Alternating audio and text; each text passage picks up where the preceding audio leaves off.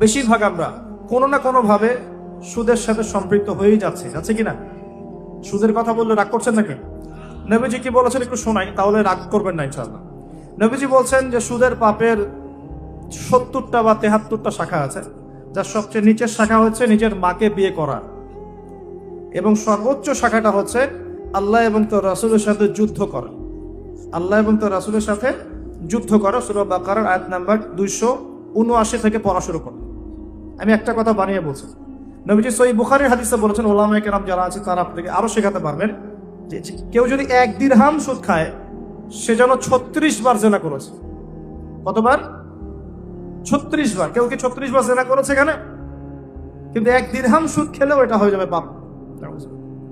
তো এখন ইচ্ছাই হোক অনিচ্ছাই হোক, সুদ হয় দিচ্ছি, না হয় খাচ্ছি, না হয় লিখে রাখছি, না হয় সাক্ষী থাকছে। আর এই 4 শ্রেণীর মানুষকে নবী সাল্লাল্লাহু আলাইহি ওয়াসাল্লাম অভিশাপ দিয়েছেন। আমি কিছু বলছি না, নবীজি কি বলেছেন? আমি লাআনত করে গেলাম। আর নবীর লাআনত নিয়ে আমরা কবরে পার পাবো কিনা, হাউজে কাউসারের পানি পাবো কিনা, শাফায়াত পাবো কিনা, এটা তো আমাকে ভাবতে হবে নাকি? আর আমি তো বলেই দিলাম শুরুতে, আমরা শুধু দাওয়াত দিতে পারি, এখন আমরা কোনো কিছু এখন ফোর্স করতে পারি না। ফাযাক্কিরিনা মা আনতা মুযাক্কির অবস্থায় আমি শুধু আপনাকে রিকোয়েস্ট করতে পারি অর্থনৈতিক জীবনে সুদভিত্তিক অর্থনীতি থেকে বেরিয়ে আসা। আল্লাহ পাক তৌফিক দান করুন।